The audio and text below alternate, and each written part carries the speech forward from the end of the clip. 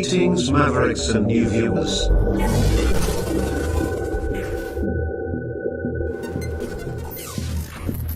Tonight, direct and live from the Maverick News Network World Studios. This is Maverick News with Rick Walker.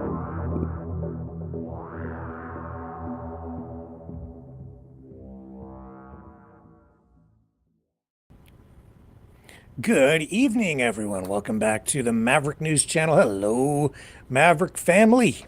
Great to have everybody here. So much going on. We are going to go, I think, to Ottawa live in about 1 hour. That's when our politicians will be voting on Justin Trudeau's proposed holiday tax break. We'll tell you about that. We'll set that up. We'll give you the prelude to it. And then we'll go live to the House of Commons when they deal with it. Also tonight, what else are we going to talk about? The Macy's Day Thanksgiving Parade. Or the Macy's Thanksgiving Day Parade. Mass arrests made. We'll show you why. And the first annual Maverick News Golden Turkey Award. We'll tell you who the winner or winners are this year for the first time, and we'll explain why on that story as well. So don't go away. Don't change the channel. That's right. Don't touch that dial, because we'll be right back. You know, someone very profoundly once said many years ago that if fascism ever comes to America, it'll come in the name of liberalism.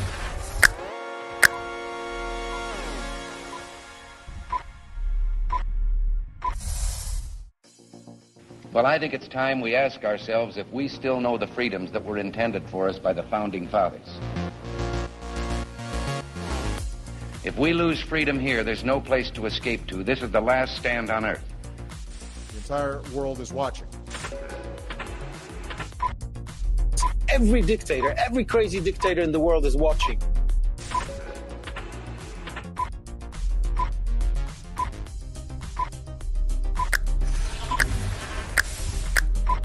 The world is watching.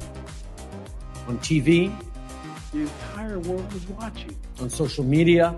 But the entire world is watching, and yes, they are seeing what we have apparently bravely been willing to say that others are thinking. Stand for freedom. Literally stand for freedom. Let's get this done. The entire world is watching. We're at war with the most dangerous enemy that has ever faced mankind in his long climb from the swamp to the stars. Maverick News. Maverick News. Maverick News. Let me have more control of my own destiny. The world is watching.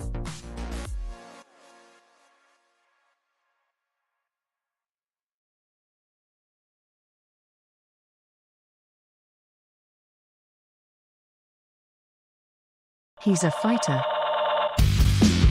He's a survivor. President Trump, defiant, strong. He is determined to make America great again. Pay tribute to the 45th President of the United States with this collectible t-shirt from the Maverick News Memorable Moments collection. Even a would-be assassin's bullet could not stop him. Instead, he emerged with his fist in the air ready to fight. For freedom. Get your Trump Fighting for Freedom t-shirt with any donation of $30 or more to Maverick News. There are two iconic artistic designs to choose from.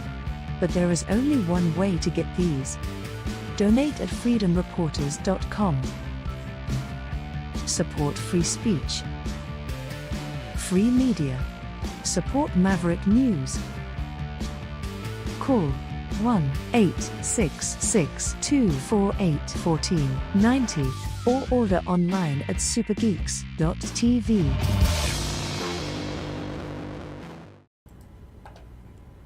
We're back. Let's start with the Ukraine-Russia conflict.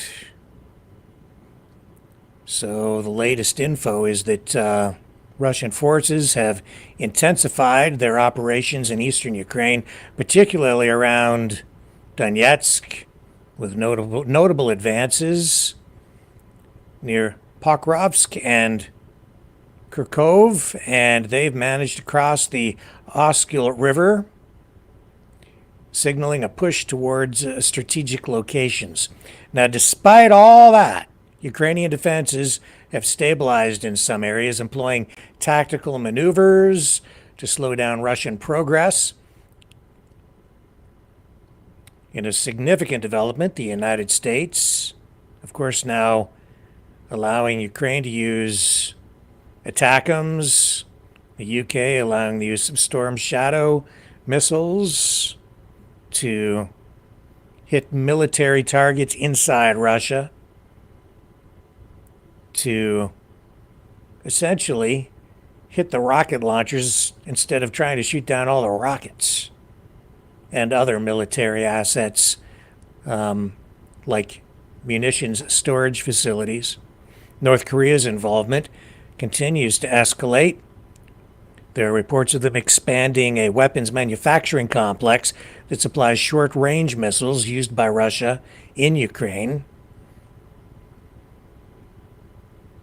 And we're told that Ukraine is looking at lowering the military conscription age to bolster its forces. Now, everything seems to be escalating because we have Donald Trump on the cusp of coming into power, just a matter of weeks now. And then he will assume the presidency again, move back into the Oval Office. And of course, he has been boasting that he is going to end the conflict in a day. As a result, we see big developments in the war as Russia takes steps to try to push back Ukrainian forces who are inside Russian territory. They have retaliated now to the Ukrainian forces in Kursk area, and also to the use of these Storm Shadow and ATACMS missiles with a huge, large-scale attack across Ukraine, targeting energy infrastructure over the last 24 hours with 120 missiles and 90 drones. This acknowledged by President Zelensky, and it comes amidst claims by Russia of using their new medium-range ballistic missile,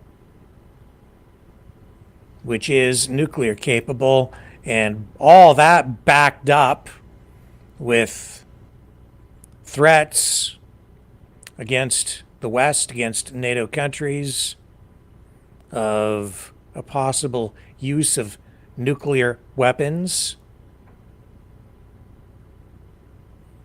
And in addition to that, we have seen over the past 24 hours assertions made, language from Russia indicating that really they consider, I think, the situation to be one where they are already at war with NATO and the West. That was the kind of takeaway I got from Mr. Polyansky yesterday, the Russian ambassador to the United Nations, as he addressed the UN during that emergency meeting, which we brought to you here on Maverick News last night.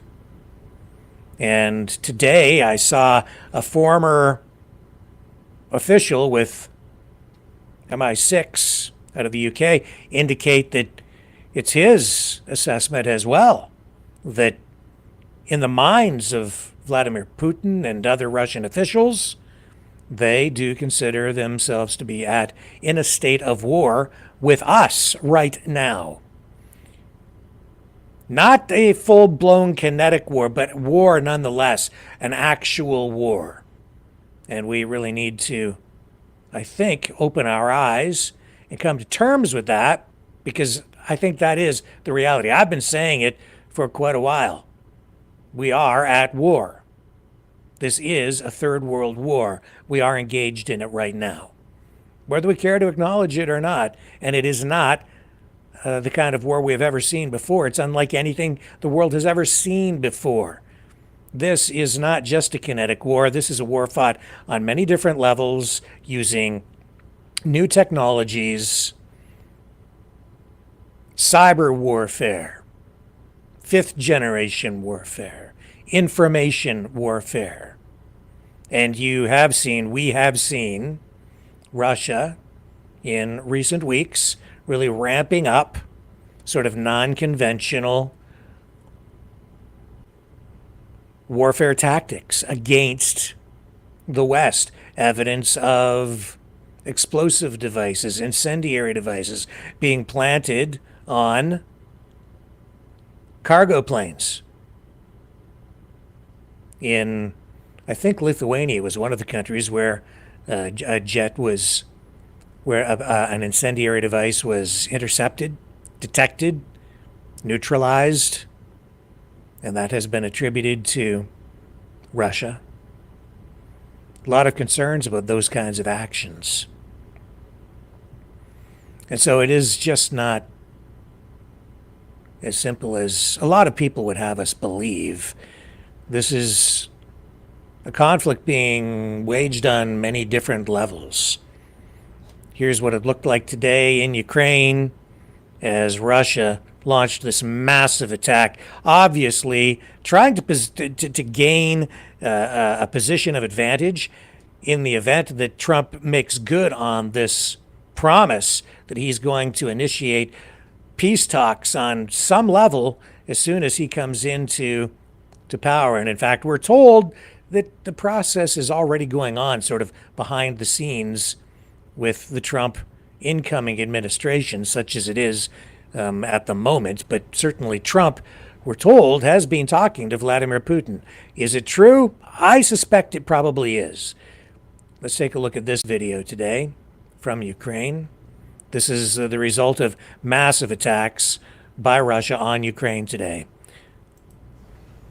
Russia unleashed its second big attack on Ukraine's energy infrastructure this month on Thursday.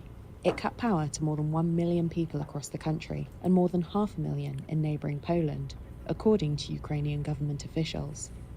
Ukraine, which gets more than half of its electricity from nuclear plants, had disconnected several nuclear power units from the network during the attack, said a source in the energy sector. It doesn't look like a military target to me.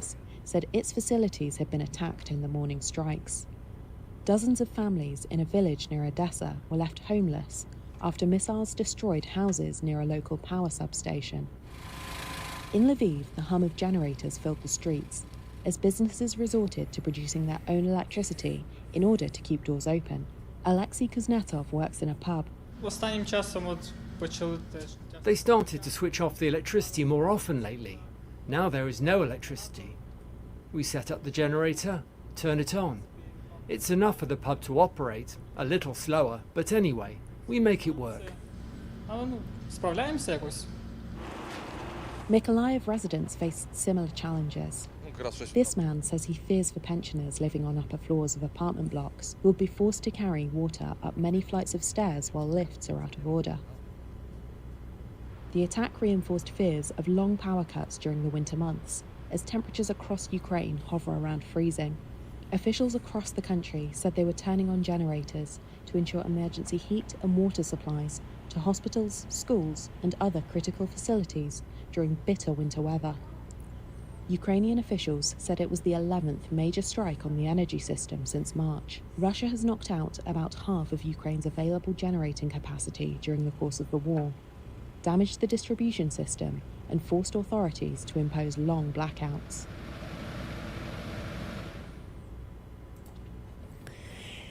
And so it continues. Let us shift gears for a moment and go to Ottawa, where we're going to set up this vote for you that is upcoming in the House of Commons on Justin Trudeau's proposed holiday sales tax break and the $250 check issue. He wants to send just about everybody $250 as part of his 2-month tax relief, holiday tax relief plan. Pierre Poilievre, leader of the Conservatives, today saying that he will be voting against it. De Noël. Je sais pas, tout est brisé, comme j'ai dit. Il a annoncé, Justin Trudeau a annoncé des faux cadeaux de Noël, irresponsables, inflationnistes et électoralistes pour sauver sa peau. C'est irresponsable. Les conservateurs voteront contre. Nous favorisons l'élimination de la TPS sur les nouveaux logements de façon permanente. L'élimination de gaspillage et bureaucratie excessive pour réduire le déficit de façon permanente. Réparer le budget pour protéger le pouvoir d'achat de tout le monde de façon permanente. Nous avons besoin d'un premier ministre qui est fort, responsable et capable de renverser tout le dommage que Justin Trudeau a causé. Thank you very much. Now in English, after 9 years of Trudeau, everything is broken. Everything is broken. Because he is a weak leader who has lost control. He has lost control of spending, which has doubled. The debt has doubled. Housing costs have doubled. Food bank use have doubled. He has done this through a costly carbon tax that's driven up food prices 37% faster in Canada than in the United States of America. We have the worst housing inflation and the worst household debt of any G7 country. $500 billion net has left our country to invest in the United States, creating jobs for American workers with our money. Our GDP per capita is smaller than it was 10 years ago and has dropped more since before COVID than any other G7 country, all while the American economy has boomed. Now we face new threats to our brittle and weak economy. The reality is we have a weakened economy, a weakened border, a weakened military, and a severely weakened Prime Minister. He's desperate. He's lost control, but he's trying to hold on to power. And so he's come up with a irresponsible and inflationist $6 billion tax trick that he will take away right before raising the carbon tax on heat, housing, groceries, and gas in just a few months.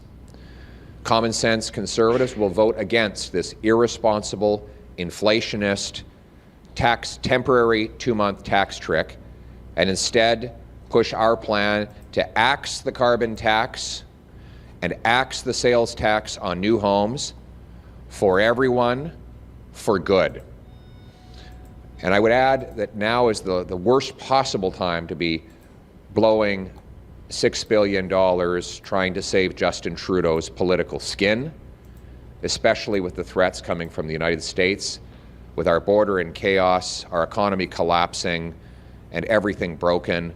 We need real, responsible leadership from a strong, smart Prime Minister who has the brains and backbone to put Canada first. Thank you. Mr. Poilievre, have you or anyone associated with your... I thought you liked the idea of cutting taxes. This isn't, that's why I'm opposed to this. This isn't a tax cut. This is an inflationary 2-month temporary tax trick that will drive up the cost of living. Even today, the food professor was out saying this measure will make food even more expensive.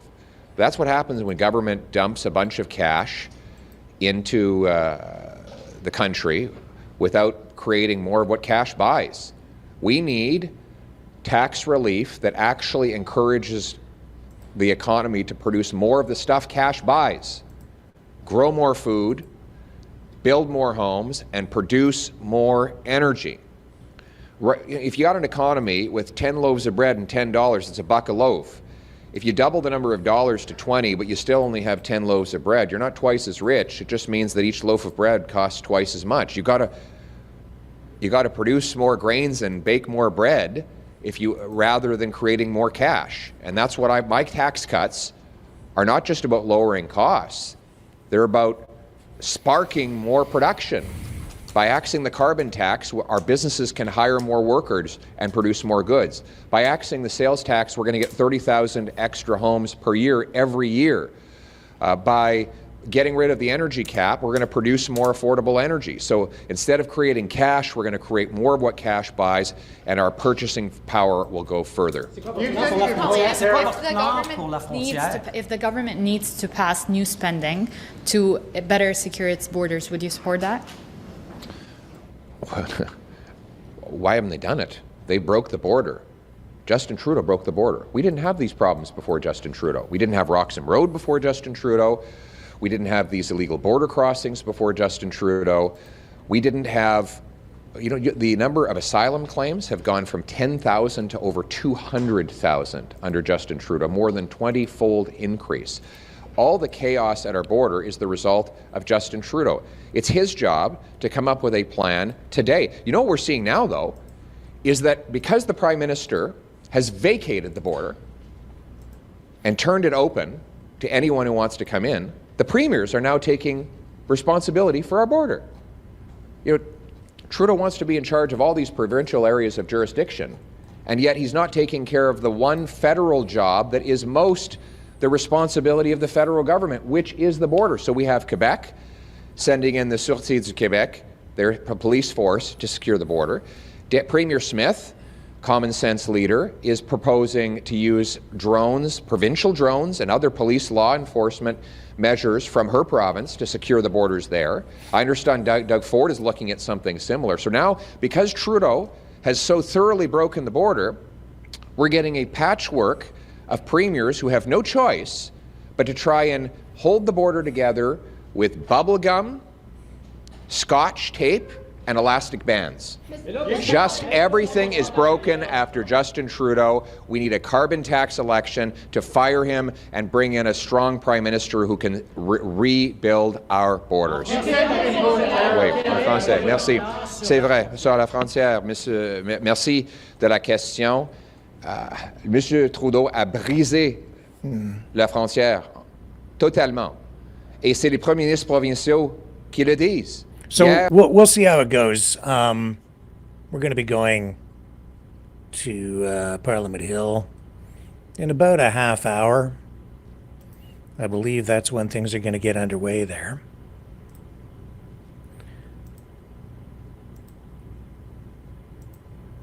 And we're going to go back to Poilievre here for a moment. They're going to talk about would you Trump. be willing to go to Mar-a-Lago before the next election to discuss these issues with Donald Trump? I have not been invited to that, so thank you very much. If necessary. How do you define necessary? And you know where that question came from? That was because of Kevin O'Leary on CNN saying that Donald Trump should just negotiate directly with Pierre Poilievre because Trudeau is so weak and he's on his way out that Poilievre is going to be the next prime minister. So Trump is just wasting his time talking to Trudeau anyway. So he's suggesting that Poilievre should get on a plane and fly on down to Florida and meet with Trump in Mar-a-Lago. I don't know if you saw that clip video on CNN of Kevin O'Leary making that statement, but it's definitely causing a bit of a stir. That's the source of that question. And I think Poilievre rightly, wisely answered the way that he did, saying he hasn't been invited to Mar-a-Lago. It would be presumptuous of him to get on a plane and go down there, even though Kevin O'Leary is suggesting he should. It's funny. Anyway, let's take a little break. We're going to come back and dig into some other stuff before we head off to Parliament Hill.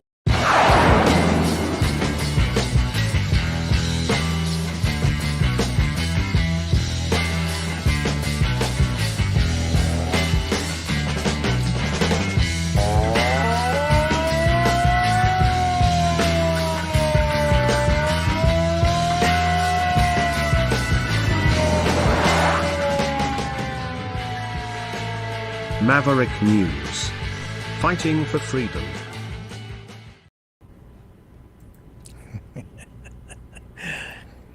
Politics, it's like religion. It always stirs people up, sparks heated conversations, blows up relationships, and leaves me wide open for attack on a daily, nightly basis.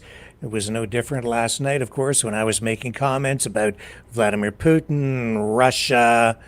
You know, I take exception to anybody that threatens to nuke other human beings, especially when the threats are directed in my direction, our country. Yeah, I don't want to get nuked, and I'm not down with that. Right?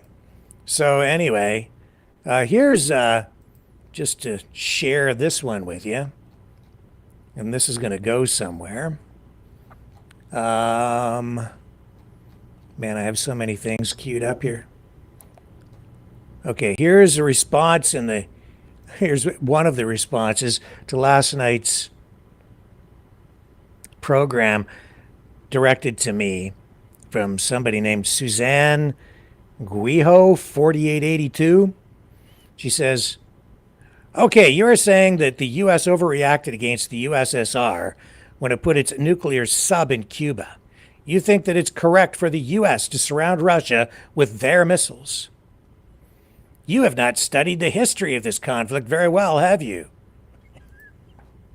Yeah, I don't know. I don't know anything. I don't know what I'm talking about.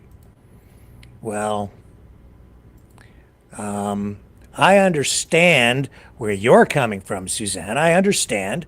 And I'm well versed in the Russian perspective and the anti-American perspective. But it is quite, I would say, simplistic. The reason I say that is because it leaves out some pretty key information. I know it's all based on this assertion that there was this agreement, an assurance that NATO would not expand 1 inch further to the east. And that's what this whole thing is really predicated on. This is the justification that Vladimir Putin really is basing everything on. His whole escalation, his invasion of Ukraine, that's what he justifies it with, really, because it's all about NATO expansionism and this claim that NATO promised, the United States promised that NATO wouldn't expand after the fall of the Berlin Wall and the end of the Cold War, the collapse of the Soviet Union. But that is simplistic, and I will explain why. But first, let's go. It's simplistic and not really accurate. It's not really accurate. I want to go to Putin, though, because he today is saying that Biden just wants to escalate the conflict before Trump comes into power. And you can interpret any of this any way you want, I suppose. All right, here's the clip with Putin. Let's listen to what he has to say about what Biden is doing in his last days in the White House. If President Biden thinks that by escalating the confrontation he does anything to help the future administration to go out easily out of this situation. Maybe the future president will said, it's not me, it's those lunatics who were in power before me. Well, that's one option. That's what I said the other night. Maybe there is a version that the current administration does everything to create more difficulties to make life as hard as possible for the future administration. Well, that's possible, but as far as I see that, President Trump, a smart and experienced person, will come up with a solution, especially given that he has gone through quite an ordeal of fighting to reclaim the Oval Office. So that was Putin today. Some validity to what he's saying there. And in fact, that's his assessment is exactly what I said. I've been saying for the past week or so, as well, ever since the approval was given for the use of the ATACMS and the Storm Shadows. I said, this is really a Biden's gift to Trump, one of Biden's gifts to Trump prior to Trump coming into office. It gives Trump a bargaining chip, something to negotiate with, while he can, and he can go to the bargaining table without the need to take full responsibility for the use of these weapons. He can say, it wasn't me that approved them. I didn't give these weapons to Ukraine. Biden did it. It's all his fault. So he can kind of get into the negotiations clean and from a position less adversarial with Putin. That's what I've been saying. That's what Putin took away from it as well. So he and I are kind of on the same page. Now, as I said, and as Suzanne has indicated, and I think this is really where she's coming from, because this is at the core of the justification that Vladimir Putin used and continues to use for all of his actions inside Ukraine. It's all really based on this, NATO expansionism. And the thing that is consistently cited over and over and over again, I have talked about it myself, and there is some validity to it, and it's the James Baker napkin agreement, as some people refer to it, with Gorbachev back in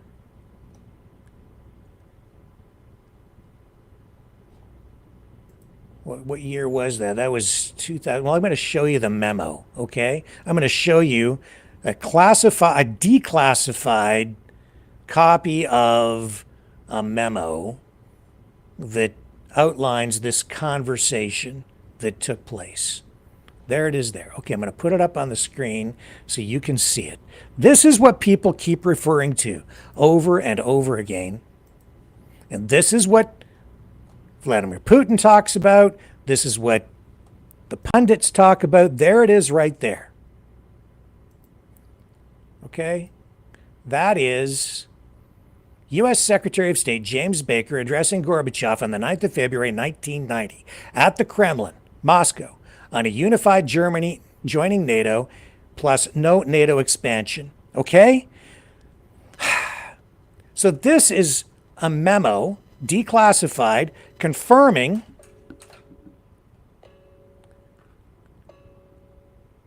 I do not know who that is, and I cannot pick the phone up right now.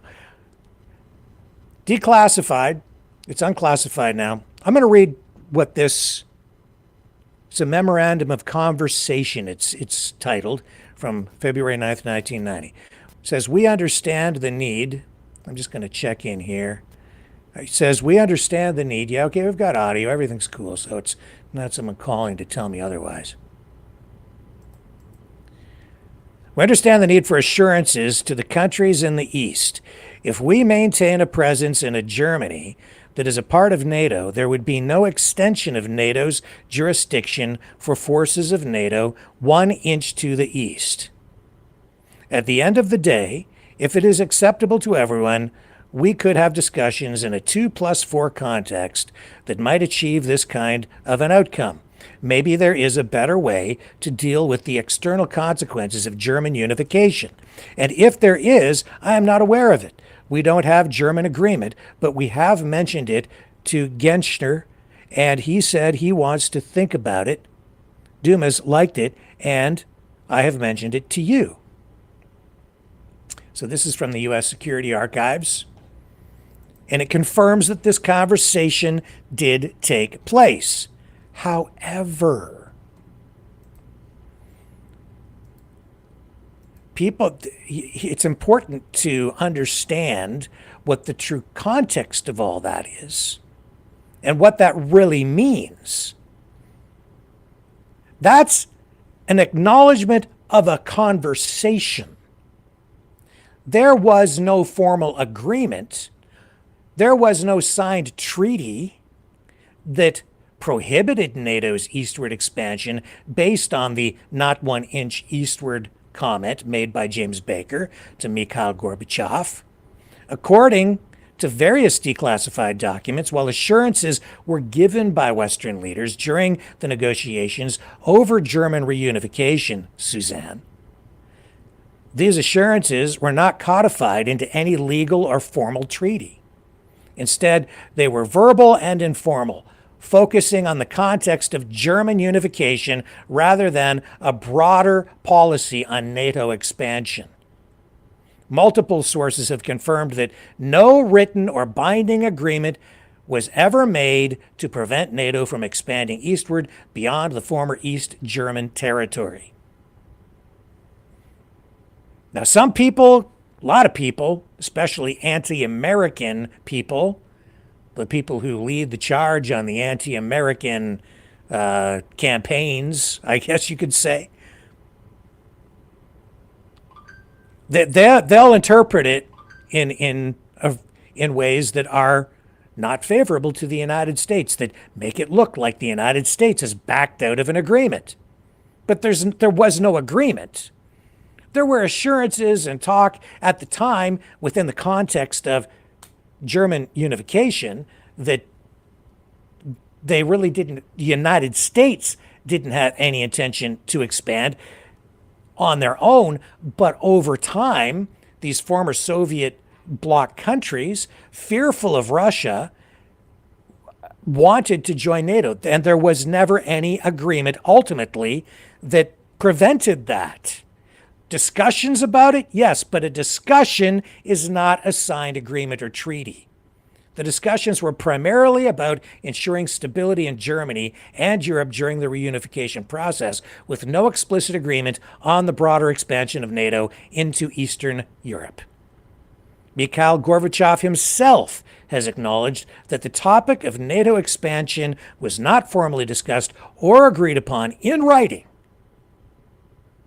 Now, he did acknowledge, he has said that there were assurances like that made in spirit, but no formal discussions and no formal agreements. And he also said in an interview in 2014 on ZDF that he was not deceived, and that this whole idea that there was some formal agreement made preventing NATO expansion, or having more countries join NATO so they could have the protection of being a part of the NATO group. He says it's, in his words, a myth. I have the clip of the interview from 2014. I went digging and I found it to share it with you here tonight, because I keep hearing this argument over and over and over again. And I myself have bought into a lot of this, and I think there is some legitimacy to it. I understand the concern, but ultimately, at the end of the day, it's no justification for what we're seeing right now.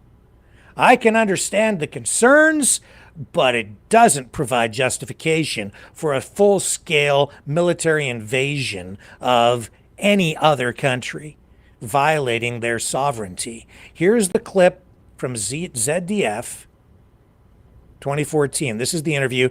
Subtitles on the bottom. I will try to read them for you. Wehrt sich gegen die Says he fought against the assertion that, Behauptung, der Westen hätte ihn da. and this is a news report with the clip, okay? So this is the narrator saying the West had tricked him. Let's start over again so you understand what he's saying. Narrator says, he fought against the assertion that the West had tricked him. Damals über den Tisch gezogen, insbesondere In particular on in der Frage der the issue of NATO-Osterweiterung. the NATO East expansion. So he's saying he wasn't tricked.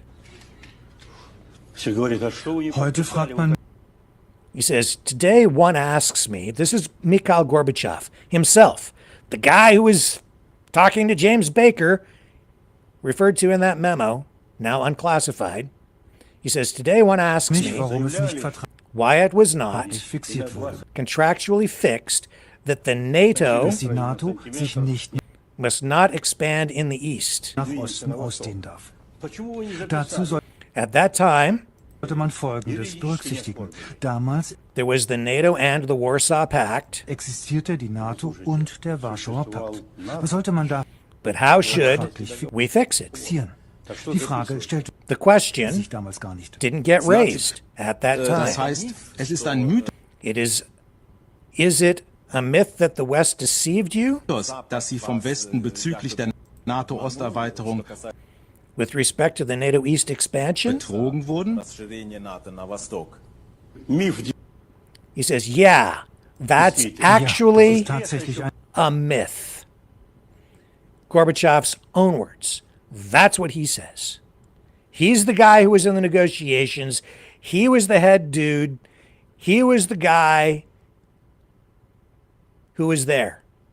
He was on the other side of the table with James Baker in that conversation, which we know took place, but in full context, Gorbachev in 2014 is saying that those people who are analyzing it in a way to suggest that NATO has been prohibited or agreed to not expand at all in the future, he says that's a myth. Ein Mythos. Da hat die Presse, die He says there, the press, liebe Presse, ihre the dear press, Hand im Spiel gehabt. has her hand in the game. Bis Up until today, there are false heute theories halten sich Darstellungen, Moskau hätte während des that Moscow had promises during deutschen the Vereinigungsprozesses, German reunification, in insbesondere particular before and vor at und the beim Abschluss conclusion of the 2+4 des treaty, Vertrages Zusagen erhalten, das westliche that the Western Defense Alliance würde sich would nicht not nach expand Osten eastward. ausdehnen. We insisted that, he says, this is Gorbachev again, Germany does not belong Deutschland keinem Verteidigungsbündnis to a defense alliance, so neutral place. But it ended with us at the American-Soviet summit amerikanisch-sowjetischen Gipfel in Camp David. in Camp David. We gave our approval for a united Germany and NATO. Deutschland in der NATO gab. And so you see, they were talking early on, and I remember this stuff because I was young. I remember all this stuff going down. I was, I was young, and I was just on the getting into journalism, beginning my career. All of those developments at that time, I was starting to pay attention to politics, and I remember all this stuff. Not in explicit detail because it was a long time ago, but when I go back and I start to remember this stuff, yeah, this is accurate. Denn for Germany, he says, on the one hand, Deutschland einerseits die volle staatliche is the full state sovereignty, Souveränität zurückbekommt, dann war then it was damit also auch klar, clear that it dass es decided selbst itself über seine about which alliance they would belong. Bündniszugehörigkeit entscheiden dürfe. In Moskau haben wir auch den damaligen sowjetischen In Moscow, we have the Soviet defense Verteidigungsminister minister, Marschall Marshall, asked if the NATO NATO-Osterweiterung East expansion 1989 was a ein Thema subject im in the Kreml Kremlin. And he says, Gorbachev never discussed with me about it. Gorbatschow hat mit mir nie über solche Garantien des Westens Guarantees gesprochen. of the West. Ich weiß aber nicht, ob mit den USA I don't know if he had irgendwelche any agreements with the Absprachen zu dieser USA, Frage getroffen hat. this question. Ich glaube aber, But I dass think es solche there Gespräche has never nie been gegeben hat. such conversations. Okay? So here it is again. Wehrt sich gegen Bündniszugehörigkeit entscheiden dürfen. Haben wir auch den Verteidigungsminister Marshall Yasov gefragt. Marshall Yasov, who also was there, knew what was going on, and he's saying, no, we didn't even talk about it. So it was not paramount. It came up in conversation. And this was many days before a final agreement was made, as noted in that memorandum of conversation. But a memorandum of conversation does not a treaty make. To be sure, concerns at the time about NATO. Would Germany be part of NATO, not part of NATO? And ultimately, yeah, Germany's part of NATO. Gorbachev wasn't comfortable with it at the time, but ultimately agreed to it because the Cold War was coming to an end and a new era was upon us. One of hope, one of freedom. And things have sure changed, haven't they? Very quickly again. So that's really a fuller context and a fuller understanding of that issue, which is at the very center of the entire conflict in Ukraine. Putin is basing everything he's doing, he's justifying everything he's doing on that. Not a treaty, not any kind of contract, nothing, no legally binding agreement of any kind. It's based on a conversation that didn't even make it into any formal agreement. And here's James Baker.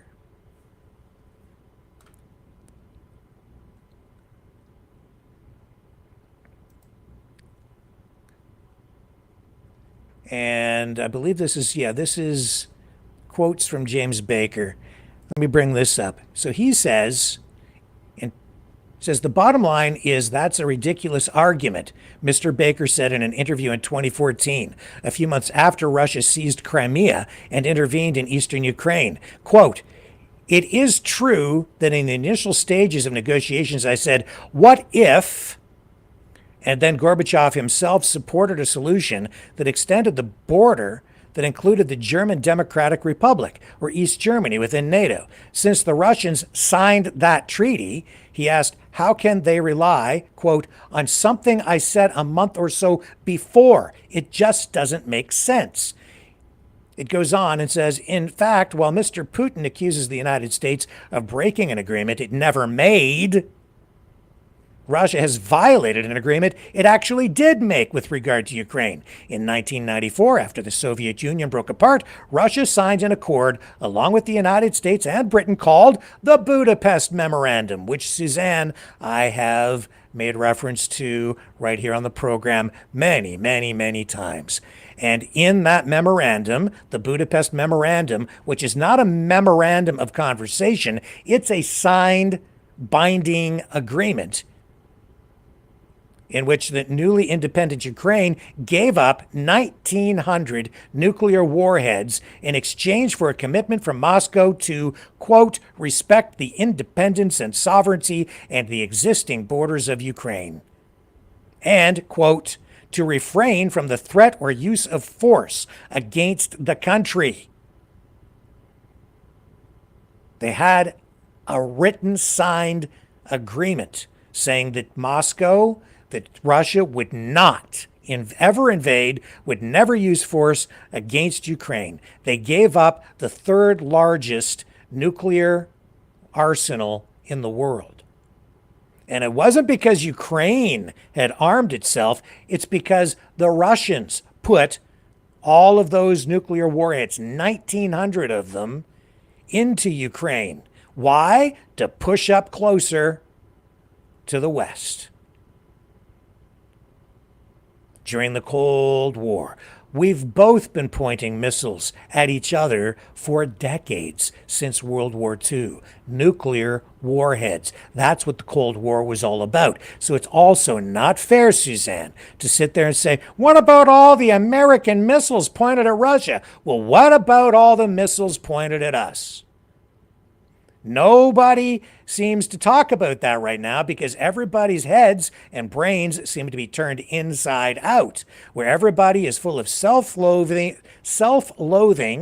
and hatred, anger directed at our own countries, when in fact, it's a two-way street. This goes on and says Russia trampled Ukrainian sovereignty when it annexed Crimea, which people seem to just completely forget in 2014. It's like when you say Crimea, people seem to think it's like some other never land, a different country or something. No, Crimea is part of Ukraine. And Russia took it in 2014. Annexed it, that's a polite way of saying they took it by force. And sponsored proxy forces to wage war, it says right here, against the Kyiv government in eastern Ukraine. That's right, they armed separatist rebels, fostered a civil war. They facilitated a civil war. They stirred up and created, essentially, a civil war within Ukraine to destabilize the government and soften it up before the full-scale invasion that came 2.5 years ago.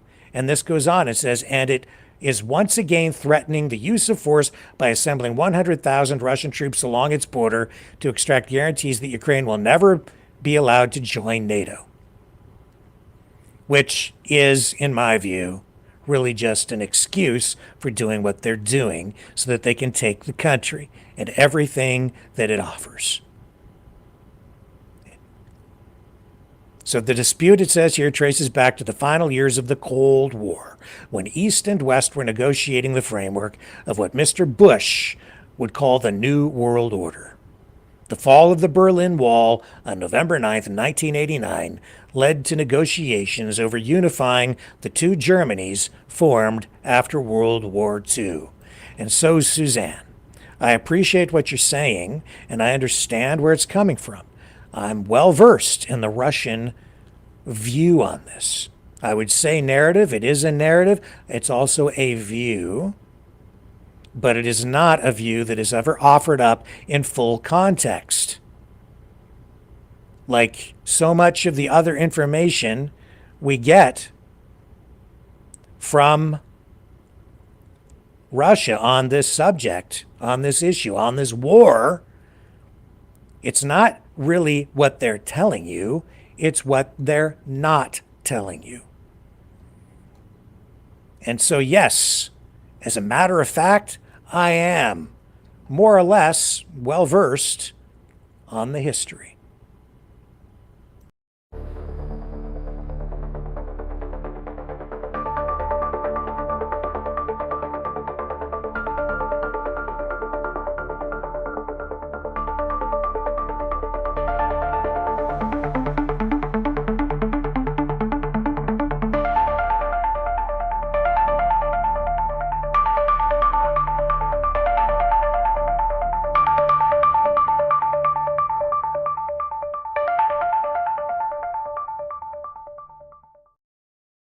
He's a fighter. He's a survivor. President Trump, defiant, strong. He is determined to make America great again. Pay tribute to the 45th President of the United States with this collectible t-shirt from the Maverick News Memorable Moments collection. Even a would-be assassin's bullet could not stop him. Instead, he emerged with his fist in the air ready to fight. For freedom. Get your Trump Fighting for Freedom t-shirt with any donation of $30 or more to Maverick News. There are two iconic artistic designs to choose from. But there is only one way to get these. Donate at freedomreporters.com. Support free speech. Free media. Support Maverick News. Call 1-866-248-1490 or order online at supergeeks.tv.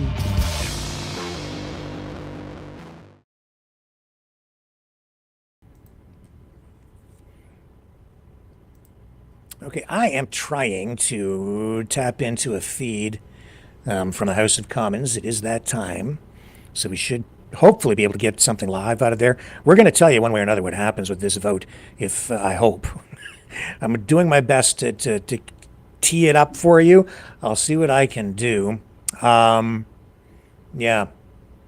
And so, just as a quick follow-up to what I was just talking about with regard to Ukraine, NATO expansionism, these former Soviet bloc countries, it was their choice. They wanted to join NATO. Countries like Poland wanted to join NATO because they wanted stability. They wanted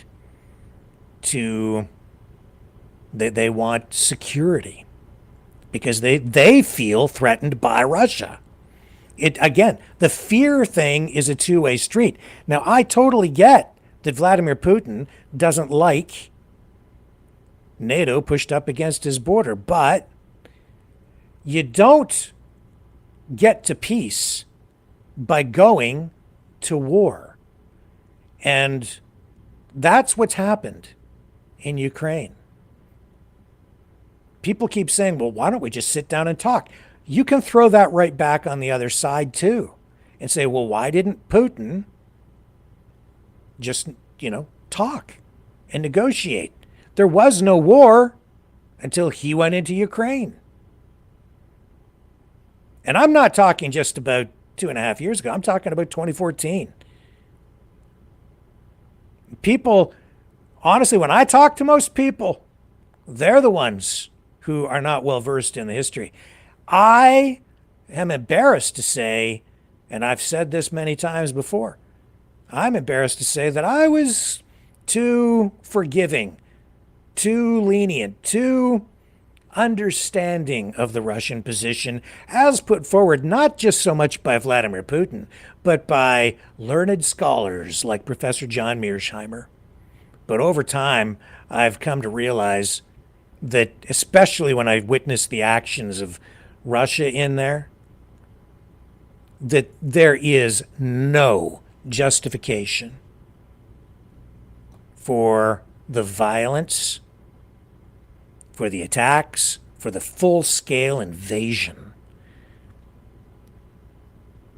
that has been sugar-coated with typical propagandistic language, reframing the whole thing as a special military operation.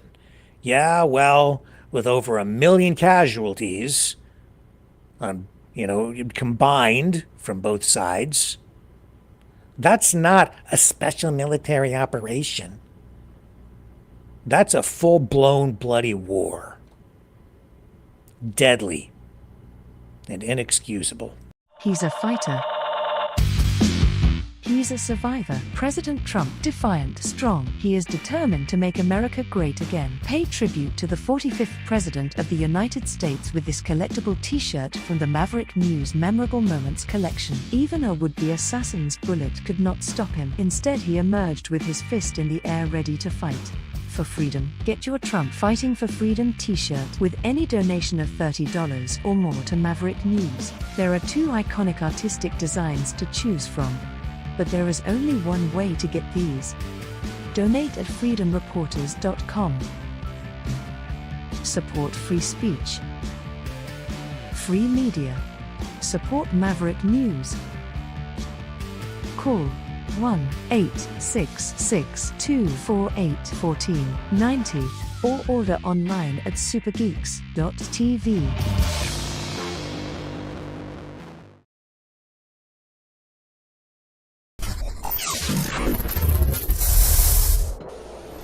The sharing of biased and false news has become all too common on social media. More alarmingly, some media outlets publishing things they simply aren't true without checking facts first. Unfortunately, some members of the media use their platforms to push their own personal bias and agenda to control exactly what people think, and this is extremely dangerous to our democracy. In an ocean of lies a century deep, the truth awaits. Choose not the red pill. choose not the blue pill. For both are an illusion. Discover the power of M. The power of individuality. We are Mavericks. We are the way to the light. Fear not the storm. Join our quest for truth. Truth will set you free. Maverick News. The world is watching.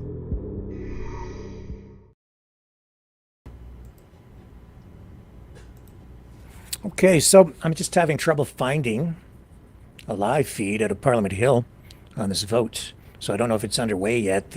I know that tonight we are supposed to have, I think, one person from each party speak, max 10 minutes each on this issue. It's supposed to be fast-tracked. Conservatives say they're going to vote against it.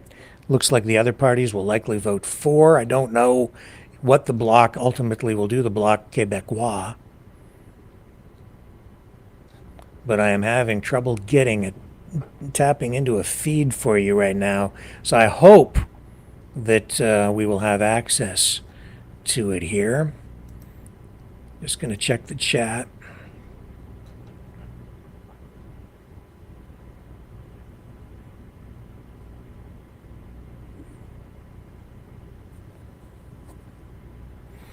Yeah, there's Bon saying, blaming all of this on Biden. Yeah, well, you know, it's Putin who's threatening to nuke you. Just saying, it's Putin. He's the guy with his finger on the button ready to push it. His whole fist, actually. Yeah. And Mario Luptak says, I got an ultimatum from some government agencies. Bull. Screw you. You wouldn't know. And it's not true. That's a bloody lie. Just like all the other lies some of you Russian trolls are bringing into the chat. So go screw yourself. You're a liar. Lie, lie, lie.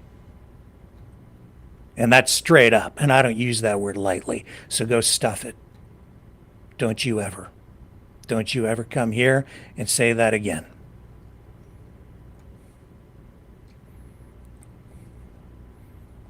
Don't you dare.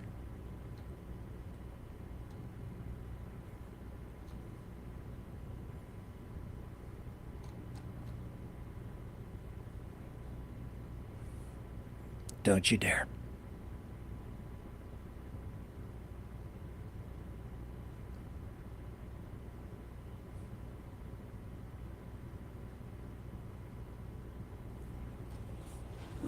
If you're going to take... No, I'm not talking about you, Alicia. You can have different opinions, but don't you dare come in there and tell people that I've been threatened or bought off by some government hack. On either side, nobody owns me. Nobody. My poverty proves that. So... you go stuff it.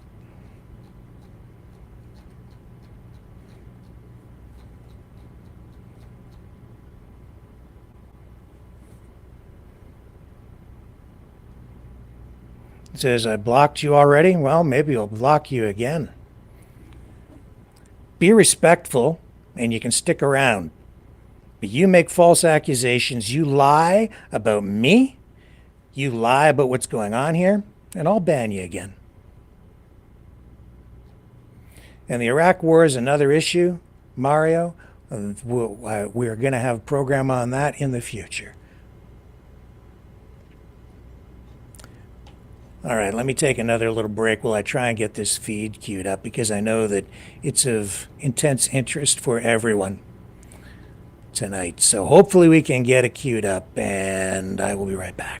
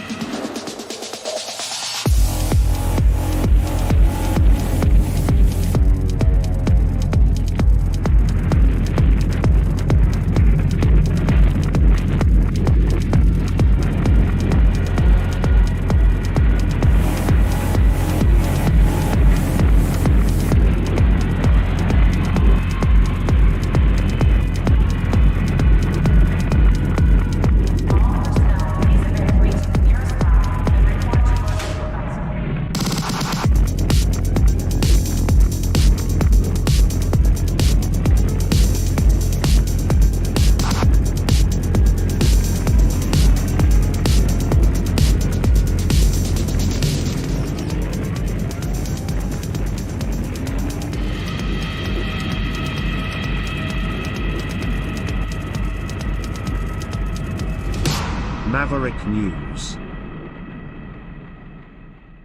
The world is watching.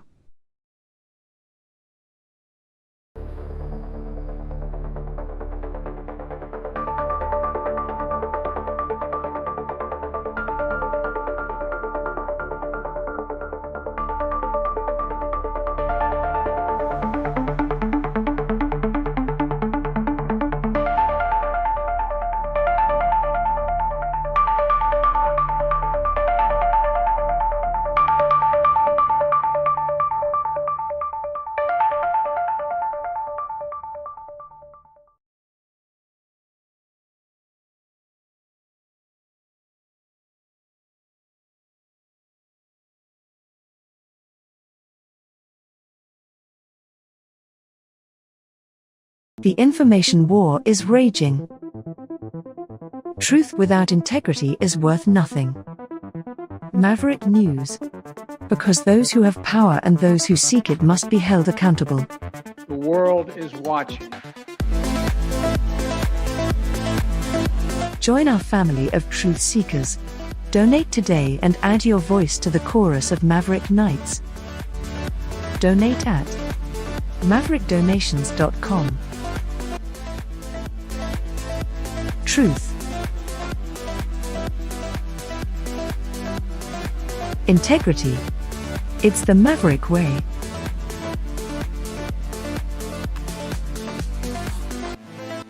Maverick News. The world is watching.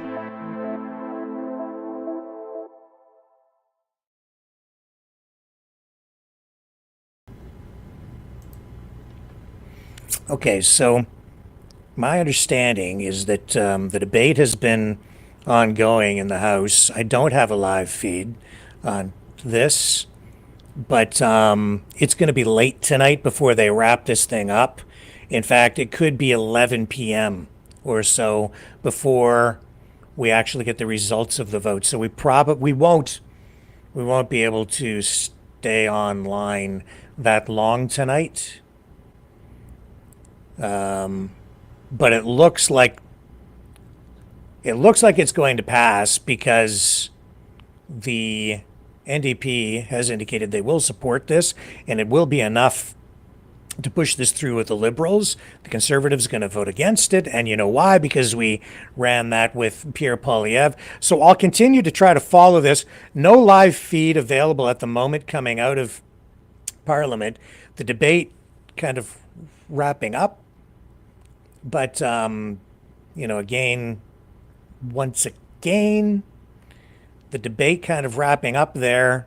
No live feed, but we do expect this to pass tonight. So, where some people, some pundits, they're saying, thinking that this might lead to even a vote of confidence or something, and possibly even lead to an election tonight, that's not going to happen. But this particular issue should be settled. Looks like it's going to be a late one, though. So if we wrap up, in time, I'll bring you the results of the vote and maybe some video if it becomes available. And I think it's probably up there someplace. I'm going to keep on looking, but I don't think we're going to get the result before we sign off tonight. Could be 11 p.m. or so, as I say. So stay with me. More ahead. Right after that.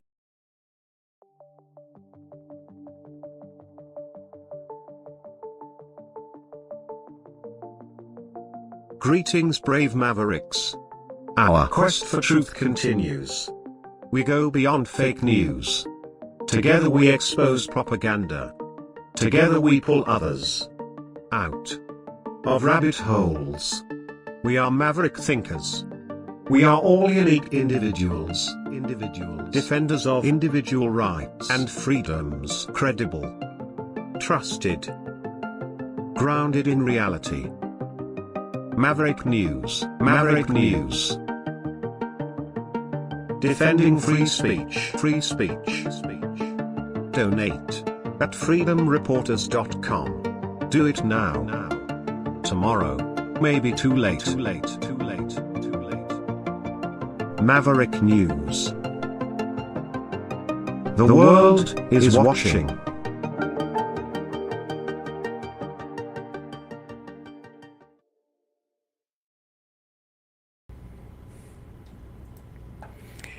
Did you see this thing about the artificial intelligence Jesus?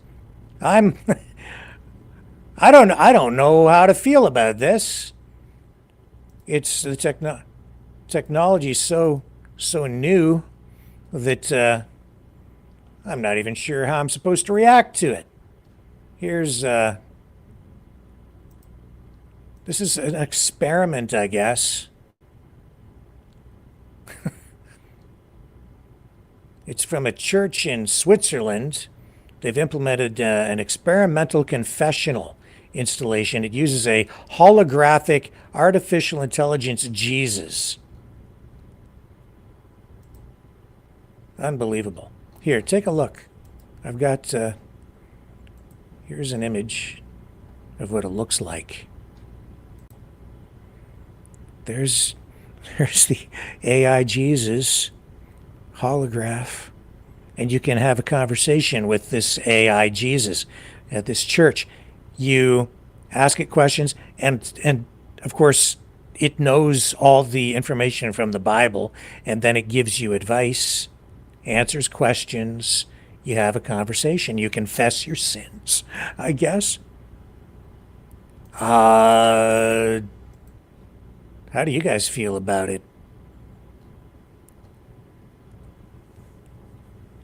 People have been going in, they've been recording these things, I guess, these confessionals as part of the experiment. So before entering, this robo-Jesus cautions, he says, do not disclose personal information under any circumstances. Use this service at your own risk. Press the button if you accept. So you can confess, just don't confess too much. Nothing incriminating, nothing too sinful, just the white lies and the things that aren't going to get you into too much trouble. So it says here in this report from the New York Post, which has picked this story up as well, it says, if the worshiper opts to perceive the digitally rendered visage, interprets their words, and generates a response with the animated face moving in sync with the words. When questioned about why women aren't allowed to serve as priests in the Catholic Church, the digital Son of God responded, quote, the scriptures teach that certain roles are defined within the church. Each role and task has its place in God's plan. Jesus' cybernetic second coming was made possible by computer scientists and theologians from the Lucerne University of Applied Sciences and Arts who programmed the bot with New Testament and religious information found online. Oh, digital Jesus, AI Jesus.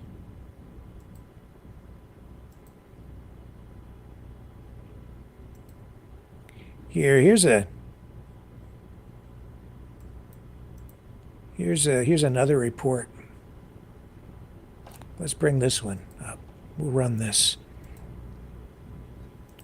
Sort of, I guess Thanksgiving is sort of a religious thing for some people. This is a CTV version of a report. Here we go. Behind the door of this Swiss confessional, a face you might not expect. Jesus, generated by artificial intelligence, offering guidance to those who ask. Hello, Jesus. Do you have some advice for us? The answer, at least part of it, actually comes from the Bible. In these challenging times, remember that in the face of adversity, love and faith are your steadfast guides. And those visiting didn't take their one-on-one time lightly. What was really interesting to see that the people really talked with him in a serious way. Asking questions around love, war, fear, faith, and death. Some 900 conversations were recorded during the 2-month experiment at this Catholic church in Switzerland. So we asked the question to people here. Would you put your faith in an AI Jesus? Never. It just sounds very odd to me. I think the advice would probably be worthless to me, to be honest with you. There's lots of new things happening with AI, but AI Jesus goes a little bit far. AI Jesus isn't meant to be a substitute for sacramental confessions, researchers say, but an artistic experiment exploring the connection between the digital and the divine. I think a lot of churches are trying to be relevant and trying to really engage a younger generation that is not usually showing up for in-person activities anymore.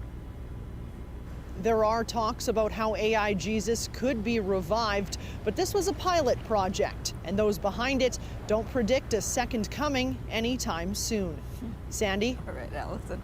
The digital and the divine. Sandy Ronaldo signing off with the reporter from CTV. I don't know. Are you guys okay with that? It seems like there's maybe even something sinful about digitizing Jesus. Choosy says maybe artificial intelligence Jesus needs to confess to us. There you go. Yeah. Bond says shouldn't be mocking God. That's a real bad idea. Yeah, I don't know if it's mocking, but it makes me feel uncomfortable, Bond. I do agree with you on that. Yeah. Pooh Bear says it's disgusting. Yeah. It just doesn't feel right, does it? Maybe I'm just an old dinosaur. Been around too long, man. And Chris H. says, I guess you could argue from a biblical standpoint. Here, I'll put it up on the screen. From a biblical standpoint, that AI Jesus would be idolatry, but people do know that it is a machine. But if it has to warn users like that, it's a tell to the no.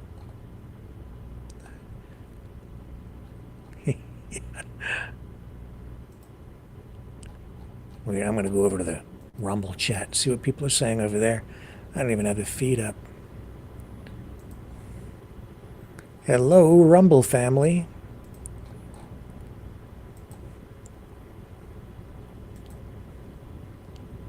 Here we go. Surge 2926 says Jesus was in my suntan bed. I don't know what that means. Just Deb says Switzerland collecting data. Yeah, could be the secret police spying. It's a way to get information, right? Could be. Well, you've been warned if you walk into that confession and you share incriminating evidence. Normally I think someone taking confessional, a priest, would be sworn to secrecy. But if they have a disclaimer and they're recording it for review later, I think they're telling you that they can use it for just about any purpose. So it will be interesting to see if they catch any criminals as a result. Yeah. Man.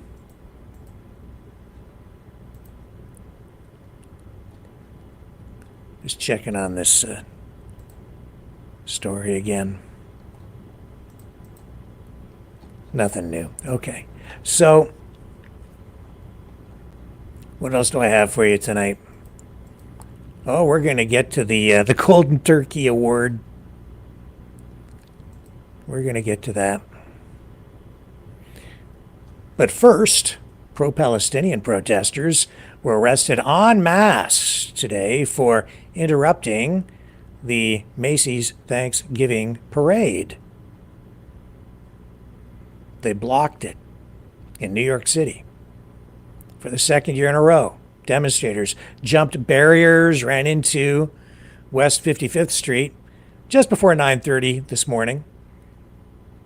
Now, it isn't really clear exactly what charges the protesters are going to end up facing, but they made a spectacle of themselves, drawing attention to their cause, although it's strange how when some reporters show up, they simply won't talk to them. And a bunch of them were holding a banner that said, "Don't celebrate genocide, arms embargo now."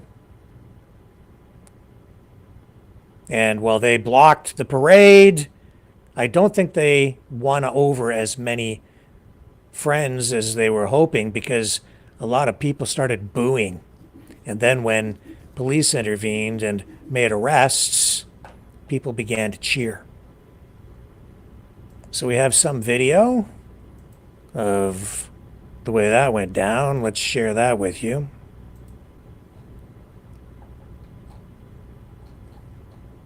Here's what it looked like in New York on this Thanksgiving Day.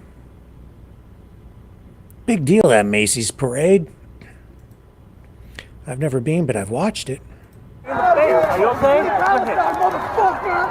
Free Palestine, motherfucker! This is America! I know who you are, dumbass. You gotta know where you're the fuck out of here! We're not celebrating death or That's... Get the fuck out of here! I just called you! What'd you come fuck out of here? Say it again, faggot! I'm fucking gay, dumbass! Get out of here! I'm a literal faggot! Good! Get the fuck out of here! Get out of here! Free Palestine, everybody. You see, that's for an arms embargo. Bro, they're already signing shit. Trump's off. It's going to be done. That's for arms embargo. It's going to be done. They're obviously going to get arrested. Yeah. You'd be a great cop. They love you. They love you. You seem really trigger happy. No, it's bullshit. There are multiple people. He doesn't need to touch me.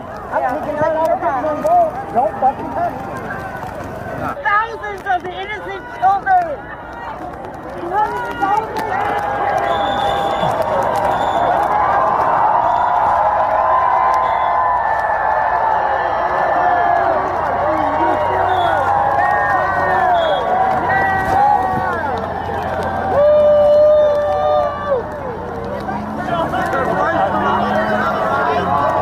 What a bunch of clowns.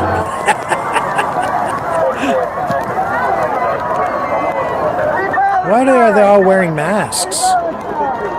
What purpose would that serve, I wonder? What are they afraid of? A virus?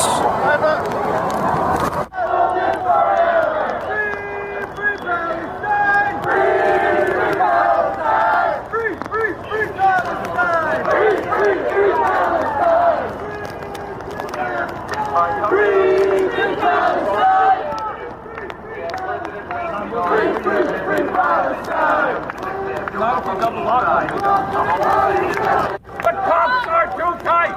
The cops are too tight! The cops are too tight! Free to the cops! Free to the cops! Free to the cops! Get a straight through. Over there, right? Guys, clear back. Move back.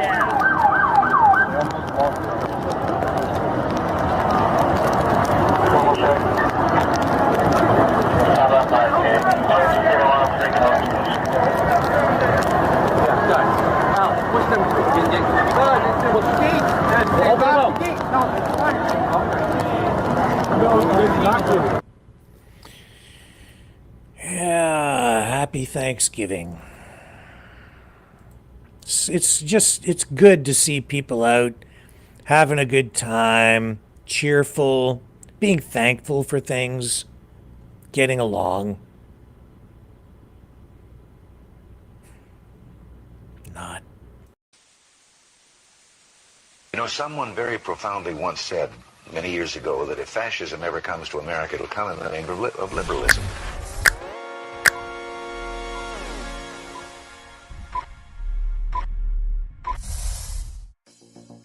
Well, I think it's time we ask ourselves if we still know the freedoms that were intended for us by the Founding Fathers.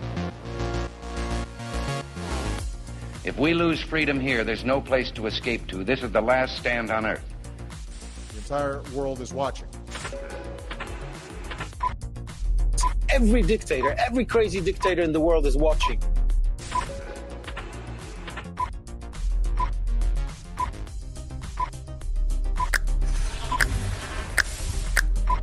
The world is watching. On TV. The entire world is watching. On social media. but the entire world is watching, and yes, they are seeing what we have apparently bravely been willing to say that others are thinking. Stand for freedom. Literally stand for freedom. Let's get this done. The entire world is watching. We're at war with the most dangerous enemy that has ever faced mankind in his long climb from the swamp to the stars. Maverick News. Maverick News. Maverick News. Let me have more control of my own destiny. The world is watching.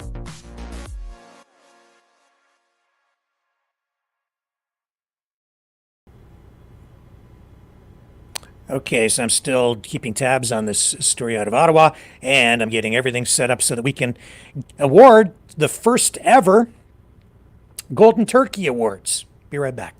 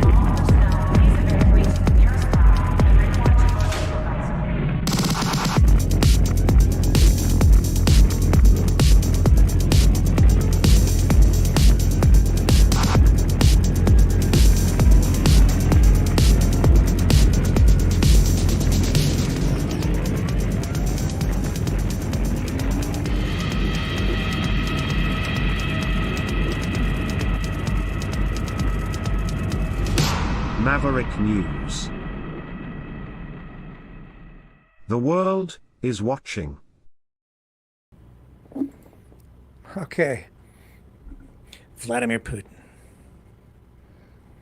He's one sexy man. Oh, yeah. Okay, so this is our first annual Golden Turkey News Awards here on Maverick News. And this was done very democratically. It done by secret ballot with secret voters in a secret place in a very secret way to preserve the integrity of the secret democratic process. This is as legitimate as the election that saw Vladimir Putin return to power or continue to hold on to power with more than 90% of the vote. And I can tell you that the results in this secret democratic process to determine the winner of this year's first annual Maverick News Golden Turkey Award, it's just as legitimate. And just as legitimate as the U.S. electoral process. But we didn't, probably has more integrity because we didn't use any digital voting machines, right? No Dominion voting machines used here, so don't need to worry about that either. Okay? So, this is the first year, but I have to tell you, the vote was so close. It really came down to two guys, Vladimir Putin and Justin Trudeau. Now, why are we awarding the Golden Turkey Award now? Well, it's because it's the U.S. Thanksgiving. So it seems appropriate to hand out the award tonight. Now, with Vladimir Putin, you know, the award, really the criteria for the award, how do you win the award? You have to be a world newsmaker. You've got to make headlines that make us laugh, cry, and pay attention. You need to make a mark. You need to do things that are zany and crazy. You need to push the envelope on reality. You need to be one sexy man. like Vladimir Putin. How can you deny his newsworthiness when the women swoon because of his shirtless photos and videos? Oh, and here he is riding Joe Biden. Like a... That's hilarious. Just do a Twitter or X scroll and you'll see what I'm talking about. Oh my. His nipples exposed.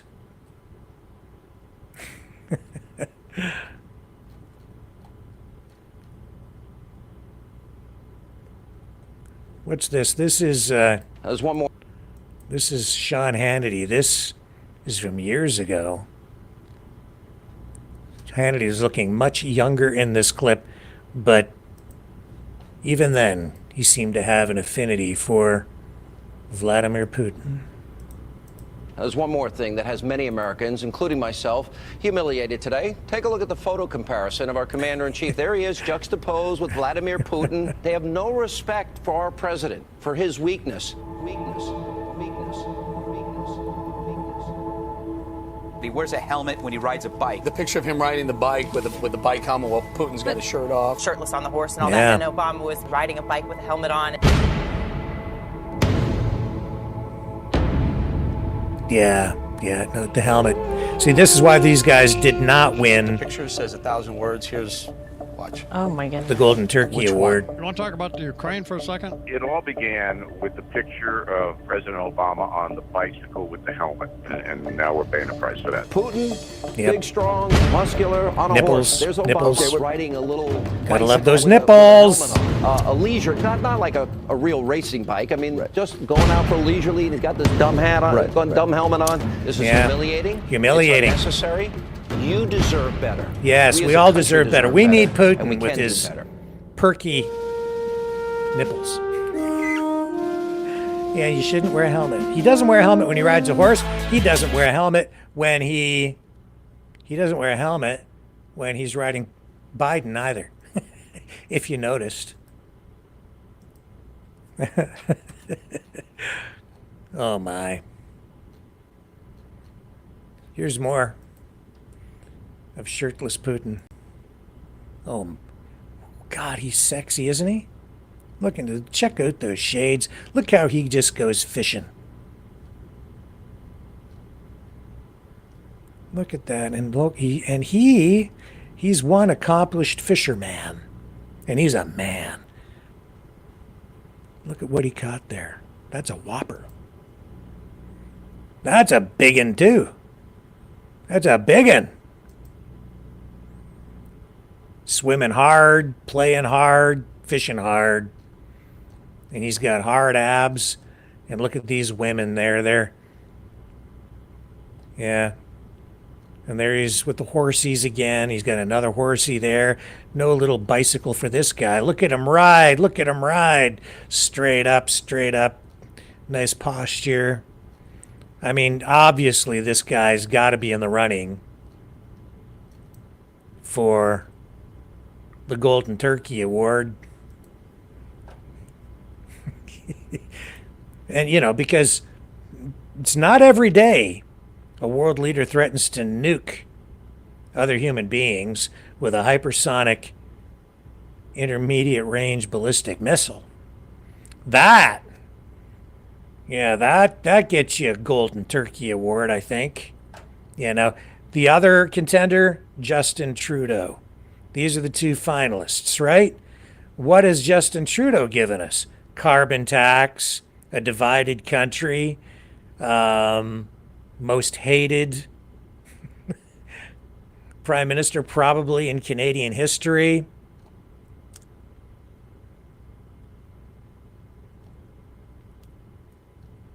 Yeah. This is an award for those who have gone above and beyond in making the world a little more interesting. So this year we have, folks, I have to confess, the polling, the voting, the way that it went down, just too close to call. Okay? It was too divided, and they both got over 90% of the vote. I don't even know how that's possible. All right. But it happened.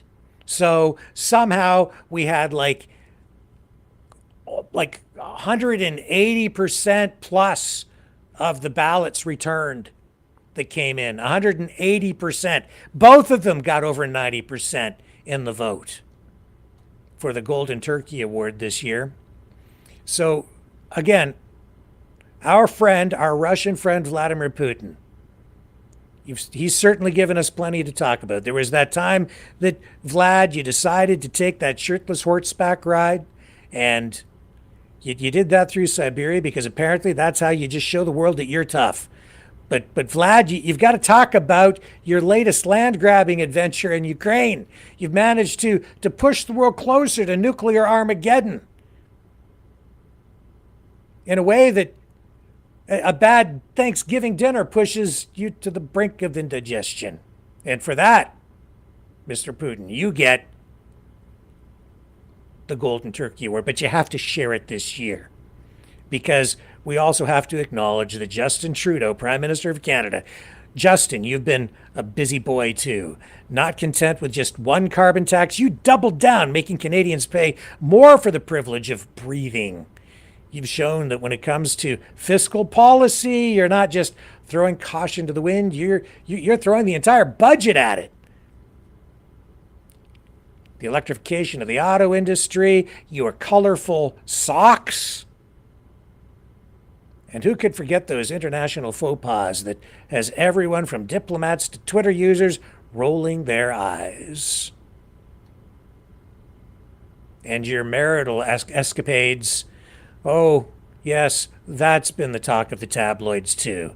Certainly worthy of headlines. So for your unique approach to governance, Mr. Trudeau, Justin, you too share in this year's first annual Maverick News Golden Turkey Award.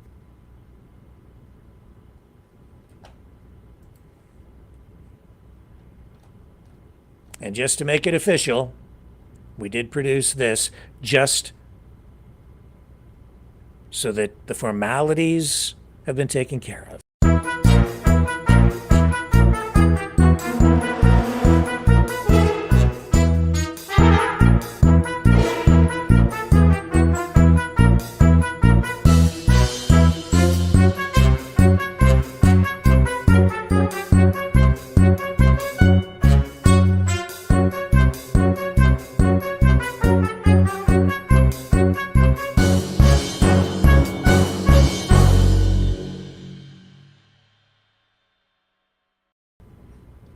So there are your winners, folks.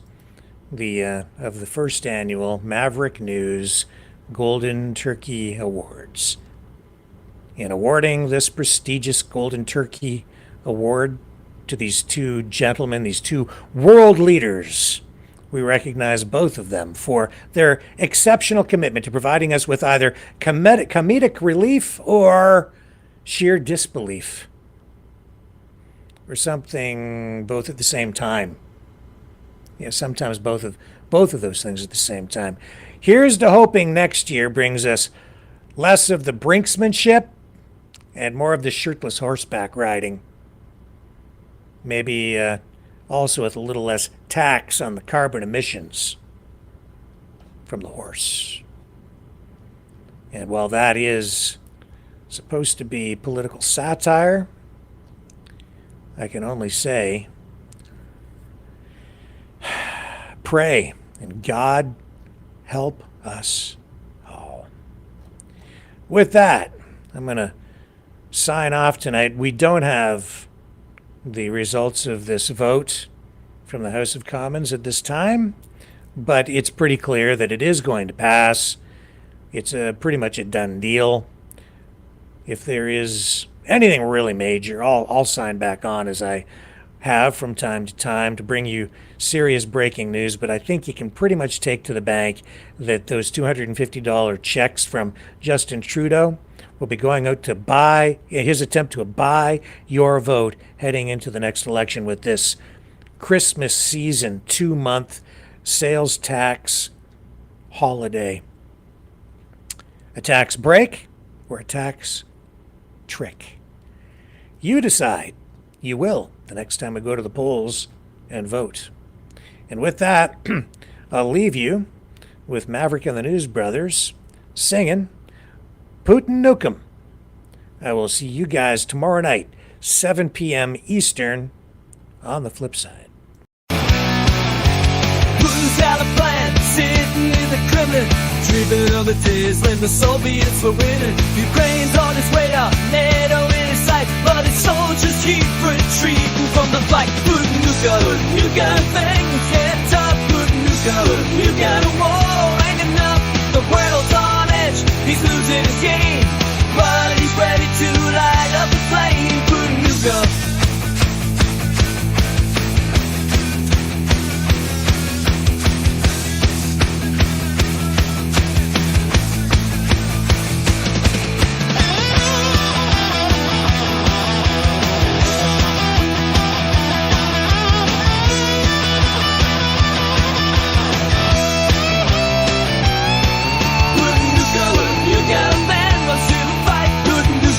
You gotta start, you gotta fight. Bloody grim, this is built in the queue. Investigate, you cannot view. Putin Nukem.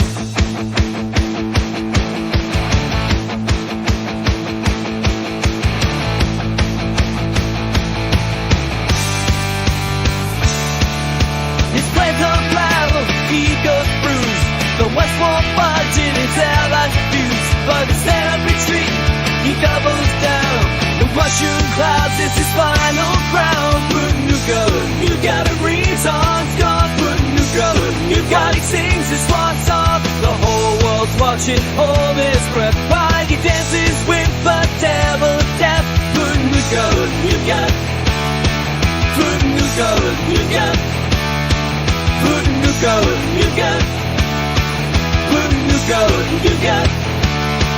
Putin Nukem, you got. Putin, you got. Putin, you got. Putin, you got.